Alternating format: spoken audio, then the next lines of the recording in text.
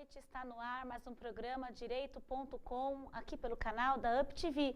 E você, nosso teleinternauta, nosso convidado de honra, a todas as segundas-feiras às 9 da noite, nosso programa sempre com uma apresentação diferente, um tema diferente, mas hoje, excepcionalmente, devido ao sucesso de um programa que nós fizemos sobre os haitianos, vamos retomar esse assunto, porque a internet bombou, o e-mail bombou, nós tivemos muitas solicitações para repetir o programa, para a gente adentrar mais ao tema da questão da imigração. Então nós trouxemos de novo o Dr. William Lago, que participará conosco mais uma vez aqui nessa noite. Ele já está com a carteirinha de sócio do Direito.com, porque já é a terceira vez que participa conosco, né, Dr. William? Boa noite. Boa noite. Obrigada por vir, por aceitar o nosso convite mais uma vez. É sempre uma honra recebê-lo, viu? Eu que agradeço. Todas as vezes que eu for convidado, eu faço questão de vir aqui, Obrigada. Porque é um programa muito gostoso de participar. Obrigada. A UpTV, o programa Direito.com, é que agradece a sua presença. Retomando, o Dr. William Lago é presidente da Comissão da Cidadania e Participação Popular da OAB de Santo André e tem um vasto currículo que vai trazer para a gente um pouco mais sobre essa questão dos haitianos no Brasil. Nós tivemos uma notícia recente de que o Santo André, nós estávamos discutindo isso há pouco, de que Santo André foi considerada a segunda melhor cidade para que os haitianos venham, depois de São Paulo, né, venham para morar e para trabalhar. Será que isso vai trazer benefícios para a cidade ou prejuízo para a cidade? E é isso que a gente vai discutir aqui no nosso programa. O programa tem sempre a participação dos nossos parceiros, a UpVision, Salão e Spa, a Bramante Processos Previdenciários, a Fera Brasil, que é o Grupo Fera Brasil, e a UpTV com mais de 30 programas semanais, mais de 60 mil acessos nacionais e internacionais.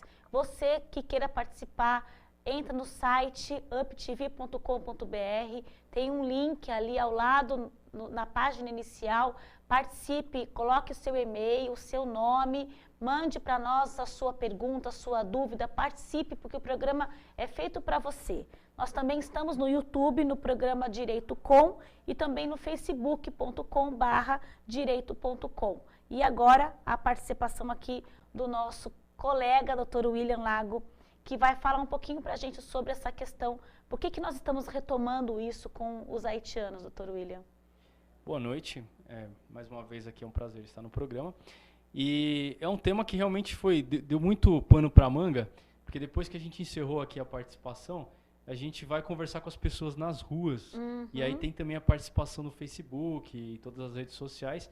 E as pessoas, elas vieram fazer muitas perguntas, tirar muitas dúvidas sobre os reflexos disso. Uhum. E até hoje a gente tem aqui alguns links que a gente colocou na internet que continuam debatendo e as pessoas continuam falando. E aparentemente há uma curiosidade muito grande sobre quais são os reflexos que isso vai gerar para todo o país.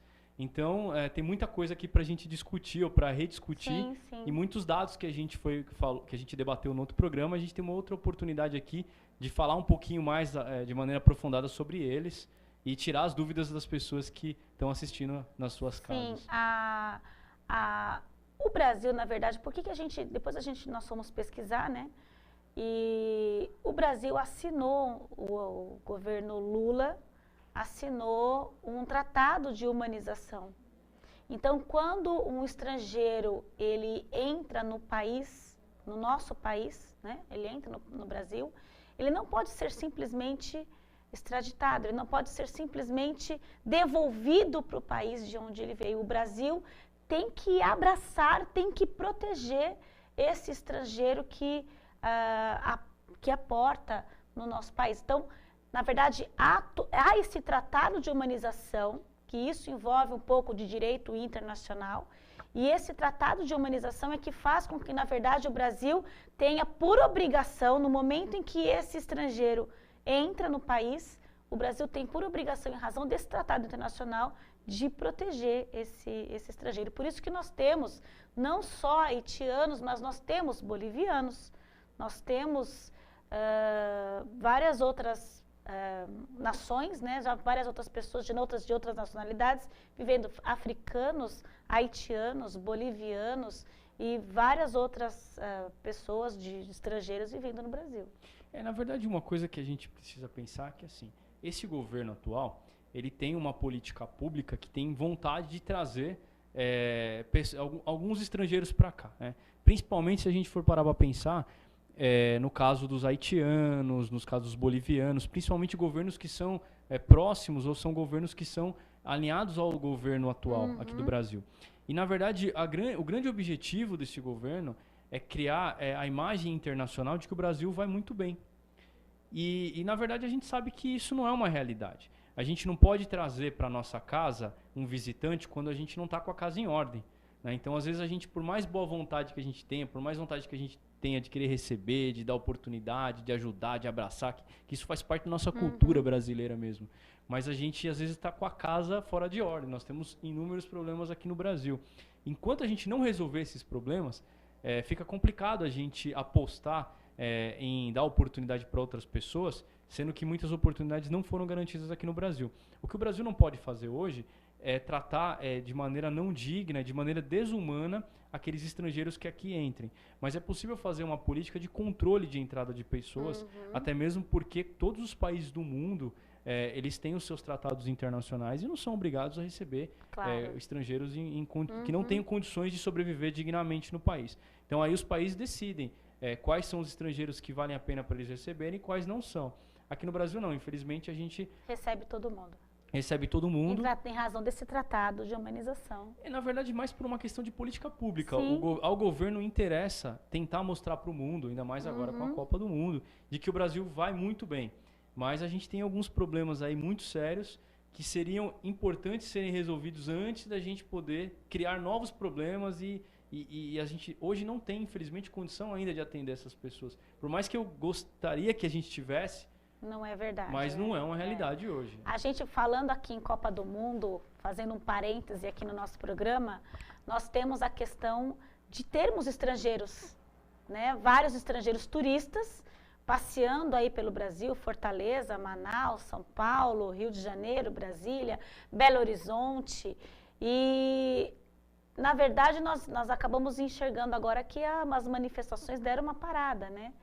E estamos mostrando, eu acho que tem dado certo, estamos mostrando para os turistas que o Brasil é lindo, que o Brasil tem um povo alegre, tem um povo saudável, tem políticas públicas de transporte, de segurança, porque estão todas as seguranças na rua.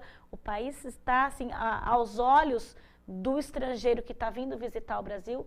Qual a sua opinião? Você acha que estamos mostrando uma cara boa, que está sendo positivo isso? As manifestações pararam, cessaram? Eu acredito que, assim, as pessoas elas estão percebendo que a gente vai ter uma oportunidade de ter um evento internacional da magnitude de uma Copa do Mundo e que dificilmente nós, né, que estamos aqui hoje presentes, teremos uma segunda oportunidade. É uma oportunidade única, né? É única. Ninguém queria, mas ela está aí. Ela tá. Agora sim, a gente também tem que abraçar essa oportunidade, a gente tem que curtir, tem que saber saborear um momento positivo, mas também a gente tem que apontar o dedo para as coisas erradas que aconteceram. A gente observa de perto hoje, ainda mais com as televisões de HD, que o gramado dos estádios não é tão bom quanto a gente vê em outros países do mundo. E muitos estádios aqui no Brasil custaram 6 vezes mais do que custariam em outros países do mundo. O Brasil ofereceu isenção de impostos para a FIFA, o que isso não aconteceu em nenhuma outra Copa do Mundo da história das Copas. Então, assim, são coisas que são imorais, que prejudicam o nosso povo brasileiro, que a gente tem que ter uma visão crítica disso. A gente tem que culpar os políticos que estão fazendo isso de maneira errada e temos que puni-los na hora do voto. Porque esse tipo de atitude a gente não pode mais tolerar. Nós temos que virar a página do Brasil e saber que esse momento já passou e agora é o momento de um país moral, um país sério, um país com planejamento, com proposta, com ideias. Mas assim, vamos curtir também a nossa Copa, porque a gente quer ser feliz também. A gente tem um momento de ser feliz, mas não também fechar os olhos e fingir que nada está acontecendo. Exatamente, né? Não podemos que fechar. é o que nós estamos fazendo com os estrangeiros entrando aqui no país. Exatamente, os estrangeiros estão proporcionando esse problema muito sério para o nosso país, sim. Que, na verdade, a gente acaba ficando sem saber como tratar, né? Porque esses estrangeiros acabam arrumando emprego, arrumando trabalho, arrumando um local para ficar, uma casa, e nós não sabemos o que podemos fazer com eles, né? Exatamente. Quer dizer, é uma política pública que foi mal feita, com uma falta de planejamento. O governo quer mostrar a imagem bonita do Brasil para o exterior, quando, na verdade, não se sabe como atender essas pessoas. Os 650 haitianos que vieram para Santo André hoje estão morando na favela dos Ciganos, sem nenhuma infraestrutura, sem contribuir com impostos. Quer dizer, de forma que estão aumentando a pobreza da nossa cidade. É algo que a gente gostaria que fizesse parte do nosso passado. Nós gostaríamos que os estrangeiros que fossem recebidos pelo nosso país, eles viessem aqui com uma condição de vida digna. Mas a gente gostaria muito mais que todos os brasileiros tivessem uma condição de vida digna, o que infelizmente hoje ainda não acontece. Bom, nós temos que dar ainda uma boa noite, então nós temos mais um convidado de honra, doutor Alessandro Chioratino. É assim que fala, doutor Alessandro? Chiarotino. É italiano? Isso. Doutor Alessandro é professor, advogado, professor universitário e especialista em direito internacional. E ele que vai dar para a gente um pouco dessa visão dos estrangeiros, dos imigrantes aqui no Brasil, do que isso é legal, até que ponto isso é legal, até que ponto isso é possível. Boa noite, doutor Alessandro, obrigada por ter vindo ao nosso programa. Boa noite, então, antes de mais nada, boa noite a todos que nos assistem hoje, ao William e também à direção do programa. Obrigada. Eu vou fazer uma pequena correçãozinha na sua apresentação. Vamos eu sou lá. especialista em direito constitucional, na verdade. Desculpa. Né? Mas, de qualquer maneira, uma coisa que é interessante é que os princípios de direito internacional, durante o século XX, eles foram incorporados nas constituições dos países. Né? Então, a nossa Constituição, que é de 88, não é? Ela já traz diversos princípios de direito internacional, incorporados no texto constitucional. E, entre eles, o princípio de asilo, o direito de asilo. Está lá no artigo 4º da Constituição. Não é? Então, o que significa isso, na realidade? Significa que o Brasil o Brasil acolhe essa concepção de que aquelas pessoas que nos seus países sofrem perseguição, não é? Por razão das suas convicções políticas, ideológicas, pela etnia ou raça a qual pertencem, não é? E, mais recentemente, no Tratado Internacional de Cartagena, não é? Foi incorporada também a questão da violência urbana e da violência, quer dizer, nos países onde essa violência, então, é endêmica, não é? E essas pessoas têm a sua integridade ameaçada, isso também leva a um direito de asilo. O Brasil tem que abraçar, então, esses Não, veja que interessante, né? O direito de asilo, embora ele exista, não é? E o Brasil aceite essa visão do direito de asilo, acolher ou não o indivíduo que sofre perseguição aqui no Brasil é uma escolha do governo brasileiro. Não é? Quer dizer, ele é, como se diz em direito, um ato discricionário, né? Que o governo julga se é oportuno, se é conveniente, não é? Fazer esse acolhimento aqui no Brasil. Evidentemente, por que isso é dessa forma? Né? Isso não é só com o Brasil, isso é com todos os países que reconhecem, ainda que reconheçam esse direito de asilo. Né? De forma muito interessante, os Estados Unidos não reconhecem, é um dos países que não reconhece esse direito. Não é? Ele não é signatário dos principais tratados e convenções internacionais. Agora, no nosso caso, o que acontece? E no caso dos outros países também que são signatários. No fim das contas, o governo escolhe se deve ou não acolher essas pessoas para que não haja fluxos incontroláveis de indivíduos para dentro do território de um desses países, sem que eles possam ser atendidos com o mínimo de dignidade. É o que o William estava comentando agora há pouco, né?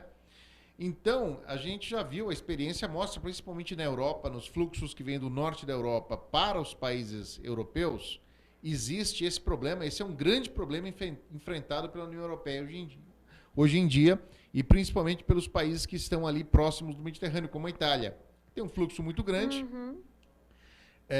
Esses refugiados efetivamente vêm de uma condição muito difícil, Mas se isso se tornou um negócio, né? Então existem traficantes de pessoas ali que atuam naquela região que lucram, evidentemente, com esse tráfico. E se ele não é bloqueado no início, depois é difícil você efetuar isso. É claro que a nossa situação é diferente, nós não estamos numa rota como é o caso do sul da Europa, né? Que é passível de receber um tráfico muito grande de pessoas, mas de qualquer maneira é bom sempre lembrar isso, quer dizer, não há um direito subjetivo do refugiado de se estabelecer aqui no Brasil. Mas né? Ainda que nós tenhamos uma situação de proteção, vamos dizer assim, entre aspas, do jeito que o senhor colocou, ainda assim existem pessoas refugiadas no Brasil, Sim, existem. Sentido, ainda que protegida, ainda que a lei brasileira tem essa discricionariedade de proteger, ainda assim as pessoas vêm como refugiados? Vem porque, normalmente, quando se trata não de um fluxo de pessoas muito grande, mas de um número pequeno, uma pessoa, duas pessoas, um grupo mais reduzido, os países, de forma geral, concedem o refúgio, né? O asilo. Entendi. Mesmo os Estados Unidos, que não é signatário dos tratados internacionais, tem leis internas que lhe permitem a algumas pessoas, em determinadas condições, muito mais restritas, né, conseguir também asilo nos Estados Unidos. Mas, assim, nós temos uma situação, nós falávamos no programa anterior, nós temos uma situação de desemprego muito grande, nós temos uma situação de falta de segurança, de falta de água, de falta de uma série de políticas públicas que faltam, né? E nós temos ainda condições de abraçar todas essas pessoas, O fluxo grande de pessoas, certamente não, né? Mas indivíduos escolhidos, né? O asilo surgiu, na verdade, originalmente, não para receber um número de centenas de milhares de pessoas, ou de dezenas de milhares de pessoas, mas para efetivamente proteger pessoas específicas que nos seus países sofriam determinado tipo de perseguição. Né? Não corre o risco de perder o controle disso? O governo, como o governo tem na mão o poder de dizer não, de negar. Como é que funciona esse procedimento do asilo? O indivíduo que entra no território nacional e quer asilo político, ele tem que ir à Polícia Federal, se identificar e fazer o pedido. Esse pedido pode ser concedido ou negado. Né?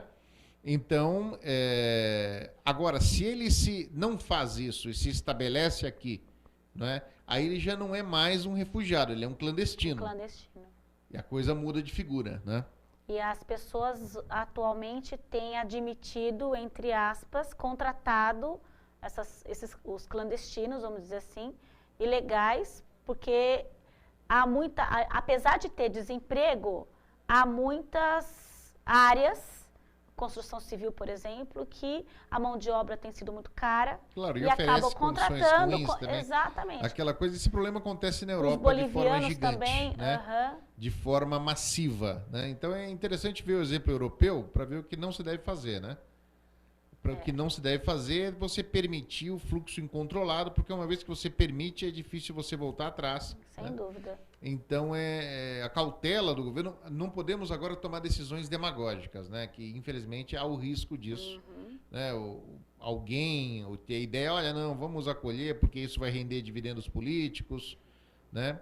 E, na verdade, é um risco que nós estamos criando. E o Haiti, mais especificamente, é um país de uma grande população, são 8 milhões de habitantes, se não me falha a memória, num território pequeno, extremamente problemático. Né? Então, ele pode sim, apesar de nós não estarmos, enquanto país, numa rota de fluxo internacional de pessoas, o Haiti pode trazer muita gente para cá. Né? A América do Sul tem sido o lugar, assim, o objetivo desses refugiados? Na verdade, os haitianos no Brasil... O foco dos haitianos é Brasil. De refugiados, né? Porque eles sofreram um terremoto. Sim, e uma das principais questões deles quererem vir para o Brasil é porque o país está incentivando a vinda. Inclusive, eles têm algumas afinidades culturais com o Brasil, uma imagem positiva, até porque o Brasil tem uma missão de segurança, né? Através da ONU, que o Brasil já há algum tempo está lá no Haiti. Inclusive, gastando bilhões de reais nessa missão de segurança.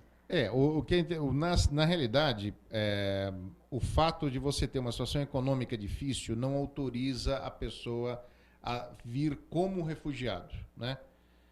Você precisaria ter mais do que isso. Mas há efetivamente determinadas áreas do Haiti onde existe uma segurança muito precária, domínio de milícias, uma situação quase de guerra. É o caso da Cidade do Sol, lá, Cité du Soleil, e a própria né, condição do terremoto, né, assim. Que acabou com a cidade. Agora, se ele não vem... Veja só, a opção é a seguinte, se ele vem como refugiado, ele deve basear aí o seu pedido para viver no Brasil, não é? Se ele não vem como refugiado, isso é mais difícil, né? Isso é mais difícil, ele teria que ter um trabalho aqui... então complica bastante. Então, alguns haitianos efetivamente vêm fazendo esse pedido, né? E baseado nessa situação de violência endêmica que realmente aflige lá o Haiti. O Brasil tem, de fato, a missão militar, né? Ele comanda a missão militar da ONU que veio para restabelecer a situação de normalidade no Haiti. Mas é bastante difícil, viu? É bastante difícil. Quem viu, eu vi recentemente um programa, a carência de moradia que você tem lá é uma coisa desesperadora. Absurda, né? Absurda. São milhões, é como se 40% da população tivesse uma carência absoluta de moradia. Tivesse na rua. Né? Então você imagina essa situação. Nós vamos continuar falando sobre isso daqui a pouco, após o intervalo. Não deixe de nos assistir. Até já.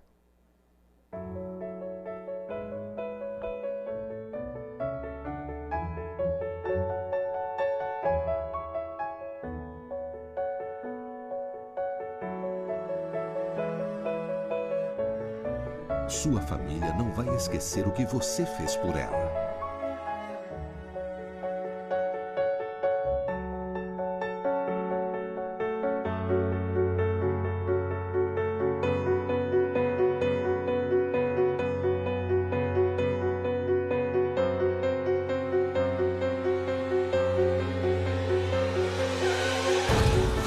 E você, o que fez com eles?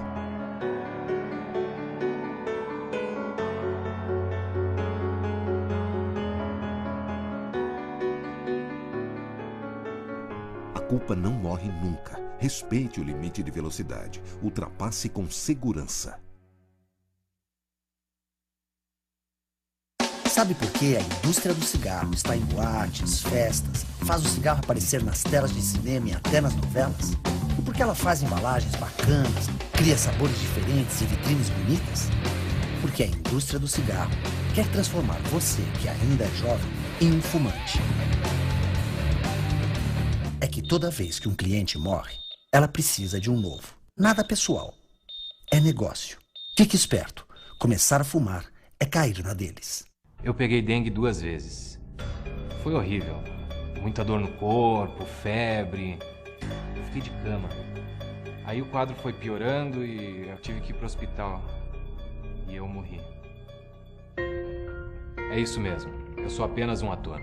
E só estou nesse comercial porque o Paulo Rodrigues não pode contar a própria história. Ele morreu de dengue. Tire 10 minutos por semana para combater o mosquito. Elimine a água parada realizando as ações que você já conhece. Em caso de febre, dor no corpo, nas articulações e manchas vermelhas na pele, procure uma unidade de saúde. Jamais tome remédio por conta própria. Se os sintomas piorarem, retorne ao posto de saúde imediatamente. A dengue mata, e se você não ajudar, ela vai matar cada vez mais. Todo mundo sabe como a dengue começa, e se você não ajudar a combater, a gente sabe também onde ela pode terminar. SUS, Secretaria de Saúde, Governo de Goiás. Tudo tem a ver com alguma coisa. De onde vem a água que a gente bebe? Da torneira. E nada a ver, vem dos rios que nascem da mata. Sabia que a gente só respira por causa das árvores? A árvore respira? Respira. A árvore respira. E o que você tem a ver com isso? Meu ar. Minha água. Minha árvore. Meu ambiente. Mata Atlântica! SOS Mata Atlântica. Mais 25 anos.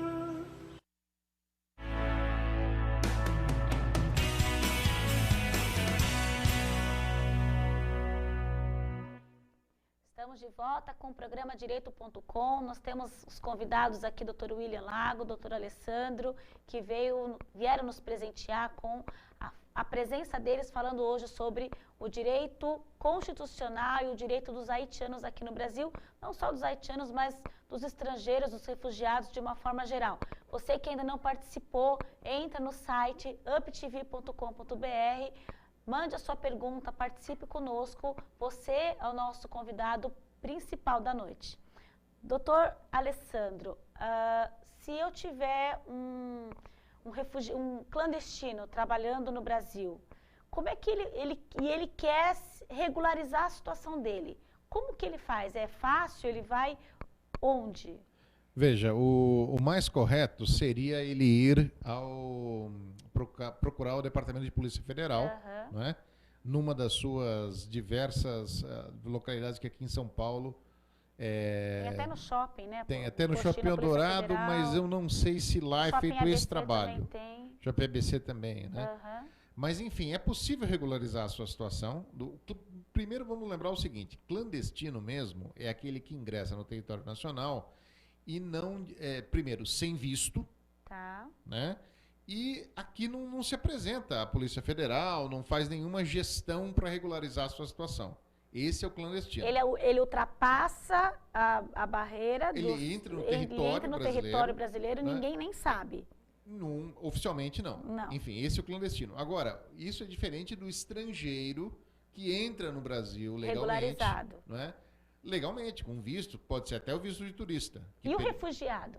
O refugiado é aquele que entra no território nacional, não é? Legalmente ou mesmo de forma sem ter o título para isso, autorização para isso, mas imediatamente se apresenta à autoridade brasileira e pede para que lhe seja concedido asilo com algum fundamento dos fundamentos legais. Que interessante isso. Isso é o refugiado, né? O que faz esse pedido. Pode ser concedido ou pode não ser concedido. Se não for concedido, ele volta, ele volta... Ele tem de sair do país. Ele tem que sair do país. Ele tem de sair do país, né? Agora, no caso do estrangeiro, que aqui quer residir, vamos supor, o cara está lá no Haiti e a vida está difícil, não tem oportunidade e tal, quer vir para o país. Ele pode ingressar no país com passaporte legalmente e aí ele tentar aqui conseguir a autorização para residir no Brasil. Porque se ele tiver autorização para residente, estrangeiro residente, ele pode trabalhar. Sim. Né? Agora, é claro, essa autorização também é concedida se houver, se a autoridade brasileira entender oportuno. E ele tira aquele registro internacional, né? O registro de estrangeiro. Registro né? de estrangeiro. De estrangeiro, a Carteira Nacional de Estrangeiro, tudo isso. Sim. E aí ele vai poder exercer a sua profissão, ter a sua moradia. Trabalhar normalmente. Agora, há alguns atalhos para isso, né? A gente fala aqui, né? Espero que não usem mal a nossa informação, não usem de forma incorreta, mas, por exemplo, aquele que se casa com uma brasileira, né, e tem filho aqui, esse ganha automaticamente o direito de residir no Brasil. O sonho de todo brasileiro que vai para os Estados Unidos é casar com um americano ou com uma americana para justamente ganhar a cidadania. Mas também, normalmente, o casamento, como regra, na grande maioria dos países, ele concede o direito a, pelo menos, a residência, né? Então, agora, também no caso brasileiro, a nossa Constituição também diz que o estrangeiro que aqui resida sem cometer crime por 15 anos, esse tem direito não só a ficar automaticamente aqui, mas também a nacionalidade brasileira, a naturalização, se ele quiser. Né? Ele pode buscar depois de 15 anos. Depois de 15 anos, né? Ele tem que comprovar que ele está aqui há mais de 15 anos. Sim, e sem cometer crime. Né? De forma... Tem que tirar o atestado, por isso que tem que tirar o atestado de antecedente para pedir só que esse é um caso mais... não é o caso da maioria, né? Porque evidentemente 15 anos é um tempo bastante extenso, né? Então, o caminho da maioria é ingressar, solicitar depois de um período a residência, né? Se ele tiver uma proposta de emprego, por exemplo, é mais fácil ele obter a residência. Sim, né? sim. E aí começar, enfim, esse processo até uma eventual naturalização. E eles, obrigatória, mas eventual. Até acrescentando, existe um benefício assistencial chamado LOAS, que é o amparo social, da Lei Orgânica de Amparo Social. Sim. E essa lei não concede benefício aos estrangeiros. Mas aos naturalizados, sim, a naturalização já é um ela processo reconhece. que demora um certo tempo, Sim. né? Já é um processo mais difícil, mas possível no nosso país, né? Não existe essa abertura para isso, né? E depois de 15 anos, então, ele pode, tendo os requisitos de elegibilidade, 65 anos no caso, ele tem direito até a um benefício de natureza Ele tem o direito de naturalização. Nada impede que ele tente isso antes. Sim, Você percebe? Ele pode tentar porque a depois de um ano, justiça né? hoje reconhece até que o estrangeiro possa ter direito até esse benefício assistencial. Sim, desde 88, né? A Constituição estabeleceu isso. Agora, essas pessoas, isso a gente está falando do aspecto jurídico. Sim. Né? Há o aspecto político, que o William falava antes, né? Também muito importante, né? Eu acho que toda essa coisa foi mal gerida realmente, porque se deu a impressão, num primeiro momento o Brasil quis ser muito generoso, então podia, daí o pessoal veio, depois ficou meio segregado em algumas regiões do país, e agora está numa situação que o governador do Acre, por exemplo, põe recentemente todo mundo no ônibus e falou assim, vamos para São Paulo, jogar o pessoal para São Paulo até de uma forma que pode até configurar tráfico de pessoas, né? Da maneira como ele fez, né? Coloca todo mundo e manda para lá. Isso não se pode fazer, né? Como que ele teria que fazer para ele? Nem com trabalhadores. Sim. Seria preciso um acordo com o governo do estado de São Paulo. Não é? E aí uma transferência ordenada dessas pessoas. Essa iniciativa individual... com local para ir, porque eles chegam, param na rodoviária e vão para onde, né? Pois é, isso que você não pode simplesmente colocar, nenhuma cidade pode fazer isso. Vamos supor que Santo André agora pensasse em fazer o seguinte, olha, tem ali uma região que tem um pessoal meio que está morando na rua, em condição meio ruim, vamos fazer o seguinte, vamos colocar lá 500 ônibus, enche tudo isso aí e manda todo mundo para São Caetano. Não, São Caetano é perto, né? Eles iam voltar. Manda todo mundo para Ribeirão Preto. Ribeirão Preto, longe. É longe. Não pode fazer isso, é tráfico de pessoas. Né? Então você já vai incidindo em ilegalidade. Eu creio que é um planejamento desordenado. O estado do Acre tenha feito isso. Aí foi uma iniciativa um tanto meio maluca, assim, né? E na verdade crescem as favelas, crescem. Sabe uma coisa que é engraçado, que eu acho assim, tenho certeza que é lamentável. É porque é o seguinte, uma das coisas que a gente mais quer ver é o país se tornando mais civilizado e as pessoas se tornando cidadãos de verdade, né? E aí quando acontece uma situação dessa, o que o governador do Acre vai disso? Ao invés dele tentar debater com a sociedade se é importante ou não a vinda dos haitianos ou de qualquer estrangeiro para o Brasil, ele diz que, na verdade, o governador de São Paulo estava sendo preconceituoso e que era um preconceito da elite branca de São Paulo. Imagina. Quer dizer, é um empobrecimento do debate, claro um empobrecimento da discussão. De forma alguma. É uma atitude absolutamente lamentável por parte do governador do Acre. Se nós tivermos políticas, emprego, lugar para ficar, não tem problema nenhum. Não, e veja só a contradição, né? Se ele afirma isso, quem está expulsando de lá é ele mesmo. Por que ele mesmo não abraça e não quem protege, tá fazendo ele não faz ali, né? Que está expulsando ele, enfim. Exatamente. Né? Mas você vê, é muito mais fácil você criar o adjetivo, né? Você cria o adjetivo ao invés de debater de verdade, a profundidade, ou trazer para a sociedade a discussão dos benefícios e dos problemas que isso vai gerar para o país. Sem dúvida. Nós temos uma pergunta aqui da Carla Reis. Boa noite, Carla, de Sorocaba. Obrigada pela sua participação. Ela pergunta o seguinte: doutores, com a Copa rolando solta, não é uma porta larga para entrar e ficar aqui no país? Abraços. Obrigada, Carla. Eu posso... Seria uma oportunidade, né? Então, eu acho que não. Na minha modo de ver, não. Porque quem vem para a Copa do Mundo, o perfil dessas pessoas não é um perfil do imigrante, do refugiado. Que tem intenção de ficar, até porque no Brasil não tem dificuldade para ficar aqui. É mais um turista que vem com alguns recursos, né? E que quer ver futebol. Pelo menos não me parece, né? Numa análise aí preliminar, que isso tem algo a ver com a imigração clandestina, o próprio problema dos fluxos migratórios. Eu acho que não. Eu acho que o imigrante vem numa condição mesmo muito mais difícil, precária. Né? Essas pessoas que vão ver jogo de futebol aí... E elas vêm com visto também, né? Pois elas vêm com visto de turista. Então. Sem dúvida. Nós temos um problema muito grande das empresas de lojas de roupa, onde os bolivianos estão sendo estão trabalhando como escravos, né, numa situação de escravidão.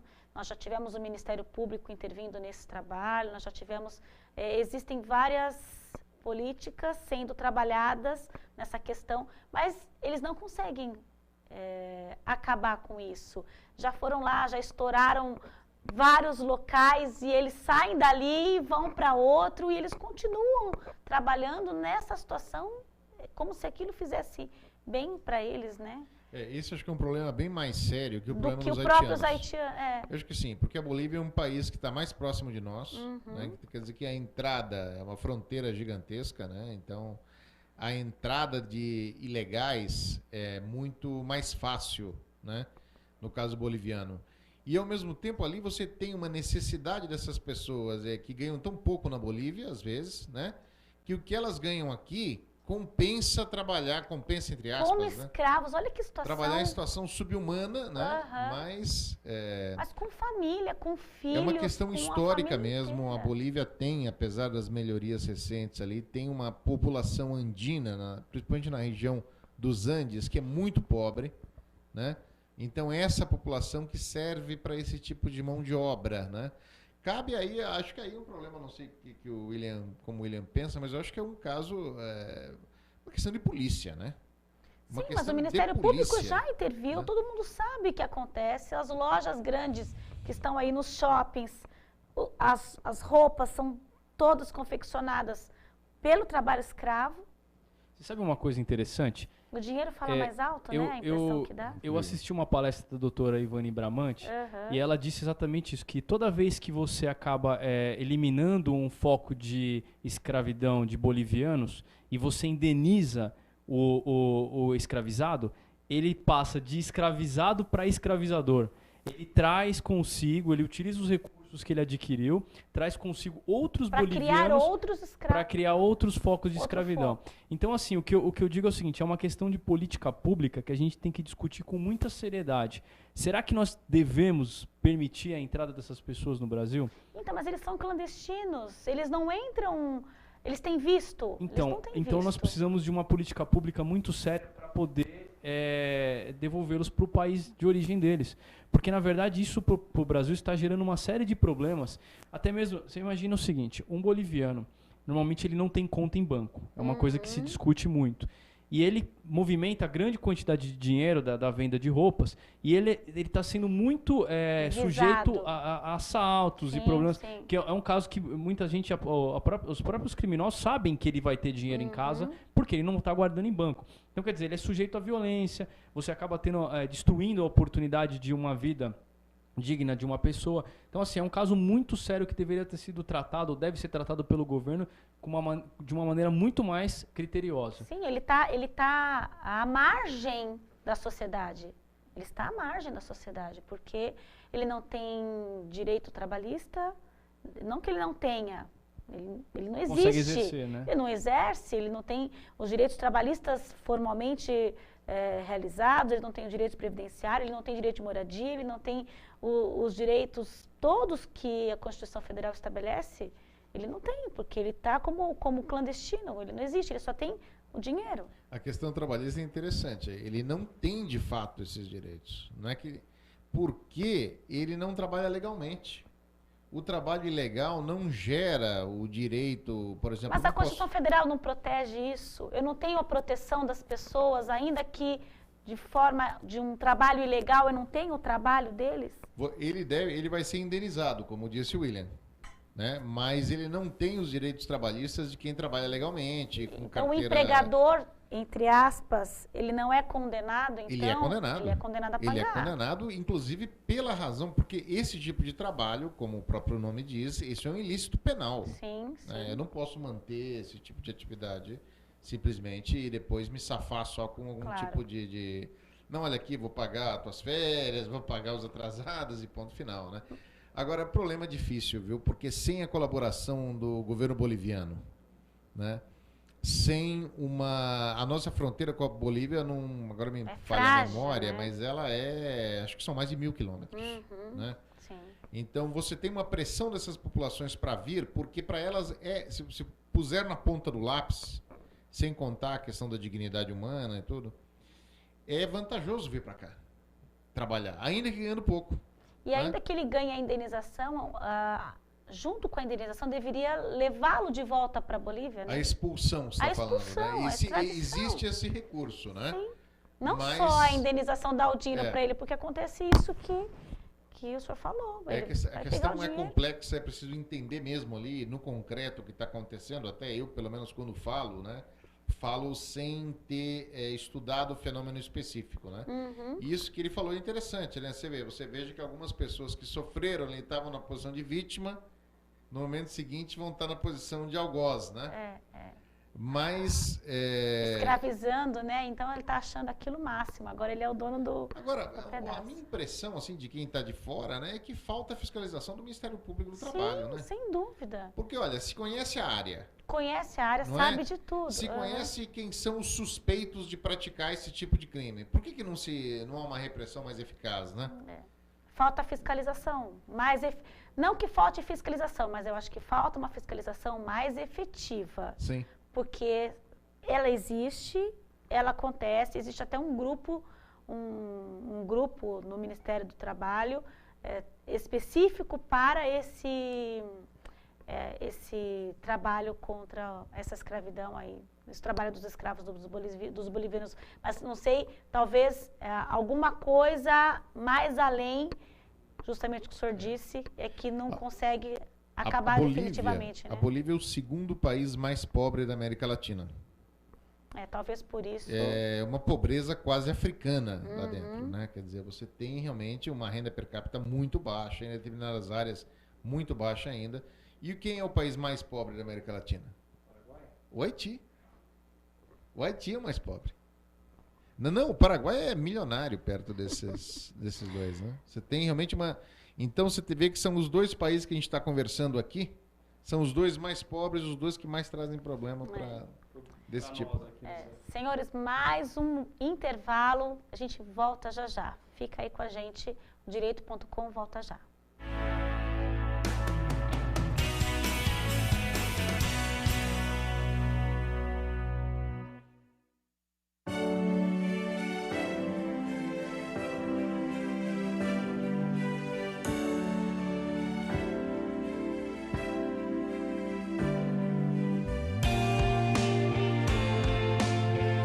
Doar sangue é um ato de solidariedade que eu, você, todos nós devemos praticar.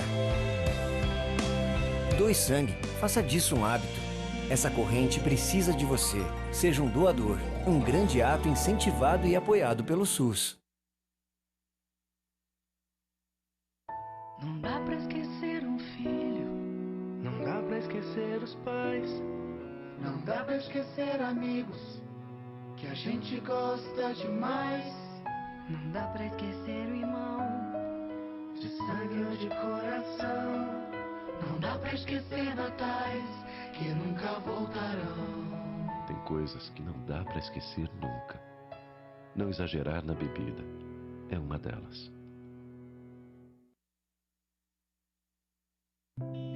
Deixo minha visão ao homem que jamais viu o amanhecer nos braços da mulher amada. Deixo o meu coração à mulher que vive exclusivamente para fazer o coração de seu filho feliz. Deixo meus rins a pessoas que tiveram seus sonhos interrompidos, mas que ainda os cultivam. Deixo o meu pulmão ao adolescente que quer gritar ao mundo mais uma vez: eu te amo! Deixo o meu fígado para aqueles que não tinham esperança na recuperação. Deixo ossos, pele e cada tecido meu à criança que ainda não descobriu o que é viver por inteiro. Deixo a você o meu exemplo. Deixo à minha família o desejo de ser um doador. Deixo para a vida, enfim, um recado. Nós vencemos. Seja um doador de órgãos, seja um doador de vidas.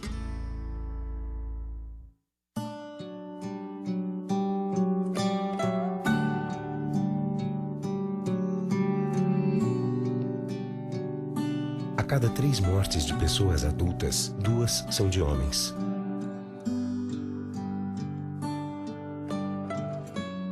A cada 5 pessoas que morrem entre 20 e 30 anos, 4 são homens.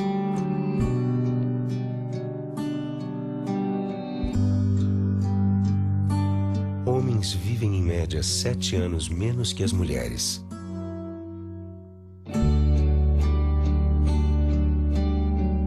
Sabe por quê?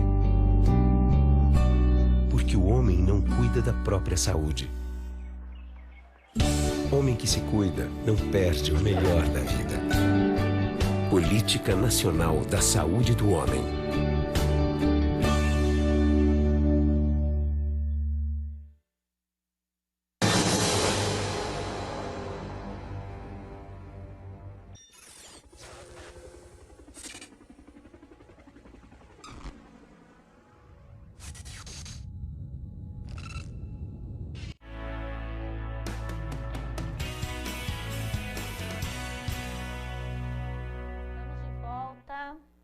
Voltando aqui ao programa Direito.com, tenho aqui uma notícia que ter um filho nascido no Brasil também dá direito ao pai, à mãe ou a ambos de ficarem no território nacional. E é fácil, né?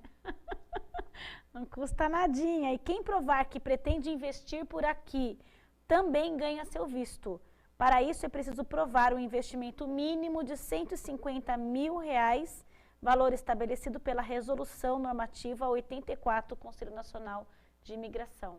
Além daquilo que o doutor Alessandro falou, que casar regulariza a situação do clandestino aqui no Brasil, ter filho também, né? Investir também. O investir 150 mil é mais difícil, né? Sim, olha, nos Estados Unidos... Filho é mais fácil. Uma comparação, né? Nos Estados Unidos são $500 mil. Nossa. Aqui, para conseguir o chamado green card, né? Ou seja, a residência. E aqui são 150 mil, não sabia dessa informação, inclusive. Dá uma pequena diferença, dá uns $75 mil. Pouquinha coisa, né? Nós temos uma pergunta aqui da Maria Aparecida da Bahia. Boa noite, Maria Aparecida, obrigada pela sua participação. Parabéns pelo tema, realmente é muito amplo e oportuno, pois o que vemos principalmente em São Paulo é essa invasão. Pois temos bairros que centralizam povos, verdadeiros países, e desses ninguém comenta. Na verdade, o que nós falávamos no programa anterior, São Paulo é um estado que abraça muitos imigrantes, né? Nós temos hoje, estamos vivendo um momento de haitianos, mas nós temos bolivianos, italianos, japoneses. A gente teve um nosso momento histórico em que foi necessário a gente receber essas pessoas para que a gente pudesse progredir e nos tornar o que nós nos tornamos hoje. Sim. Só que a discussão hoje que a gente deve fazer é se nesse momento, agora, é um momento necessário. Porque o Brasil ele não conseguiu estender um estado de bem-estar social para a maioria da nossa população. Quer dizer, a gente tem metade dos municípios brasileiros hoje que não tem saneamento básico. Quer dizer, que o esgoto que é produzido dentro da residência do cidadão não tem para onde ir. Quer dizer, isso é muito grave. Sim. Qual país do mundo quer se tornar entre as 10 maiores economias do mundo que não tem tem esse problema de tão grave de falta de saneamento? Então, assim, nós precisamos investir em educação, e não falo só de dinheiro, a gente precisa de uma educação de qualidade. E São Paulo tem um problema grande agora com a falta da água, né, doutor? Então, o problema da falta de investimento de água. A gente investe muito pouco em infraestrutura. Quer dizer, nós temos alguns gargalos, já estamos precisando há muito tempo de uma reforma tributária para que os nossos tributos não sejam tão difíceis de pagar e não sejam tão pesados para o empresário poder gerar emprego. Então, assim, nós temos muito trabalho para se fazer, temos muitas reformas que precisam ser feitas, muitas coisas para serem discutidas, e, infelizmente, nós deveríamos fechar as portas, vamos fazer o balanço em casa, vamos reformar nossa casa, a hora que tiver tudo bonitinho, aí a gente repensa se a gente quer ou não receber novos visitantes, né? Mas é um problema, porque enquanto isso, olhando por um outro lado, nós temos as pessoas passando necessidade que não dá para esperar. Há uma pressão, né?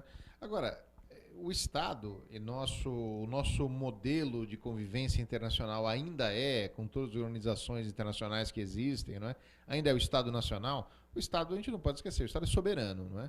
Então, esse julgamento de quem entra ou não entra no país é uma conveniência e oportunidade de cada Estado, realmente, né? Não se pode esquecer isso. No caso haitiano, especificamente, o Brasil está dando uma grande contribuição. Sim, sem não é? dúvida, a missão da ONU, da qual o Brasil chefia, não é? Não é só uma missão militar. Ela é uma missão que incorpora também muito para a reconstrução do país, que precisa ser reconstruído, né? Com toda a dificuldade imensa que nós falamos anteriormente que exista, né? Agora, por outro lado, a imigração no estado de São Paulo, o estado de São Paulo e o sul do Brasil foram construídos em grande parte pelos imigrantes. Sim. Né? Como o William ressaltou, numa época em que os imigrantes foram convidados a vir ao Brasil. Né? Desde o Império, Dom Pedro II, a gente sabe, trouxe os primeiros imigrantes, e eles foram convidados a vir. Não é que o pessoal estava fugindo para cá e tentando entrar sem autorização, não. Eles foram convidados a vir. E fizeram grande parte do nosso estado, né? Grande parte do nosso país. Aproveitando exatamente esse seu comentário, o Roberto Carlos de São Paulo. Boa noite, Roberto Carlos. Obrigada pela sua participação. Ele coloca assim: não tenho preconceito e não quero causar polêmicas, mas o assunto gira em torno dos haitianos. Mas e a colônia italiana, japonesa, chinesa, entre outras que temos? O que dizer? Foi convidado a vir, como a gente estava comentando. Né? E muitas vezes o imigrante foi convidado, por exemplo, os alemães que foram lá para o Rio Grande do Sul, foram convidados a ocupar a terra ali próximo ao Vale dos Sinos, e com promessa de 25 alqueires para cada um, promessa de maquinário, promessa de semente, olha, não encontraram nada disso. Tiveram que fazer mesmo. Aí foi o contrário, foi o governo brasileiro que ficou inadimplente. A gente convida, agora a gente desconvida. Nós convidamos numa época que a gente precisava, agora a gente não precisa mais, a gente desconvida. Agora, eu não quero dizer também, é claro que esse problema da imigração é um problema sério, o problema do Haiti é um problema sério. Os esforços para acolher determinado número de pessoas têm que ser sempre multilaterais e multinacionais, né? Então, isso quer dizer, por quê? O Brasil não vai ter que suportar o peso todo. Tem tantos países no mundo, por que tem que ser o Brasil? O Brasil não pode suportar sozinho o peso todo disso. Então, se discuta, né? Existem o Alto Comissariado da ONU para os Refugiados, ACNUR, né? É uma autoridade competente, né? Eu acho que se discuta, então, a distribuição dos refugiados que forem imprescindíveis, que têm que sair do país mesmo, para mais de um país, né? E não se concentre tudo num país só. A gente não pode criar o complexo de inferioridade que apareceu em certos países europeus com a imigração, de que a gente tem obrigação de receber refugiados. Isso não é verdade. Né? Agora, o Brasil tem, e acho que o fará, né? Que agir nos fóruns internacionais para que isso seja equacionado o problema. Né? Para que seja equacionado o problema. O Brasil não assinou um tratado de humanização onde o estrangeiro que pisa aqui ele não pode ser devolvido para o país de origem? Olha, os dois tratados que o Brasil assinou no âmbito de refugiados, não é? Nenhum deles trata do refugiado por questão de violência local ou por questão econômica, como é o caso dos haitianos. Né? Um tratamento humano tem que ser dado sempre. Qualquer pessoa que entre no Brasil, seja ela clandestina, legal, milionário, turista, o que for, ele tem os mesmos direitos constitucionais básicos que os brasileiros. Né? Agora, isso não quer dizer que a gente possa dizer que essa pessoa vai ter o direito de residir aqui em caráter permanente. Isso já é uma outra coisa. Né? Mas os direitos básicos, isso o Brasil é signatário de diversos pactos. Direitos humanos, só para lembrar o Pacto de São José da Costa Rica, talvez o mais importante deles, né? E esses tratados... Foi ratificado há pouco pelo Brasil, né? Na verdade, o Brasil assinou há muito tempo, ratificou, eu não lembro a data exata, para ser sincero para você. Depois teve a Convenção de Nova York... Mas é diferente. Da Costa Rica? O Pacto São José da Costa Rica, ele é o grande diploma de direitos humanos na América Latina, para a América Latina, né? E o Brasil é signatário, certamente ratificou faz mais de 10 anos. Eu não sei te dizer a data, a data exata, né? Mas vem sendo aplicado com os tribunais brasileiros mesmo, que eram de início muito arredios em aplicar a legislação internacional, hoje não são tanto, né? Já começam a trabalhar isso também, Já começam. Agora, a própria Constituição brasileira, né, que tive o prazer de ensinar durante vários anos, ela tem um sistema de proteção de direitos humanos bastante eficaz, inclusive para o estrangeiro. Sim. Né? Nos Estados Unidos, por exemplo, o estrangeiro tem muito menos direitos que no Brasil. Né? Então, o que você falou de humanização faz parte da nossa soberania, né? Da nossa Não, soberania da nossa própria nacional, legislação. Né? Quer dizer, ninguém pode ser maltratado por ser estrangeiro ou por ser... É porque é o que acontece conosco em outros países, né? Sim, é o verdade. que pergunta o Tadeu de Ribeirão Preto, que eu vou finalizar com essa resposta só para não ficar sem resposta.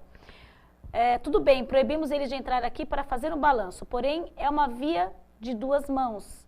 Não teria retaliação dos brasileiros em outros países, porque nós temos todo esse espírito humanizado, tudo lindo, maravilhoso, só que quando a gente entra em outro país, nós somos retalhados, né? Vai entrar na Espanha, não, você aqui não entra. Vai entrar nos Estados Unidos, não, tem que ter visto, e se você não tiver 2, 3 meses, não entra.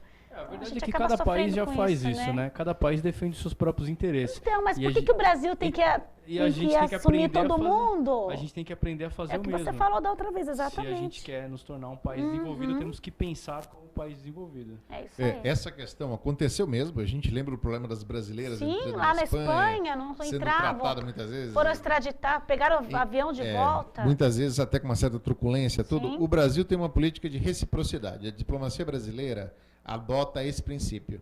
Então, se dificulta a entrada do brasileiro em Portugal, por exemplo, o brasileiro dificulta a entrada do português aqui. Sim. Né? Agora, sobre esta questão dos haitianos aí, não vai ser o Haiti que vai retaliar, né? Realmente. Não, claro que não. Agora, a gente precisa ter uma posição firme e, ao mesmo tempo, coerente com a nossa legislação. Claro.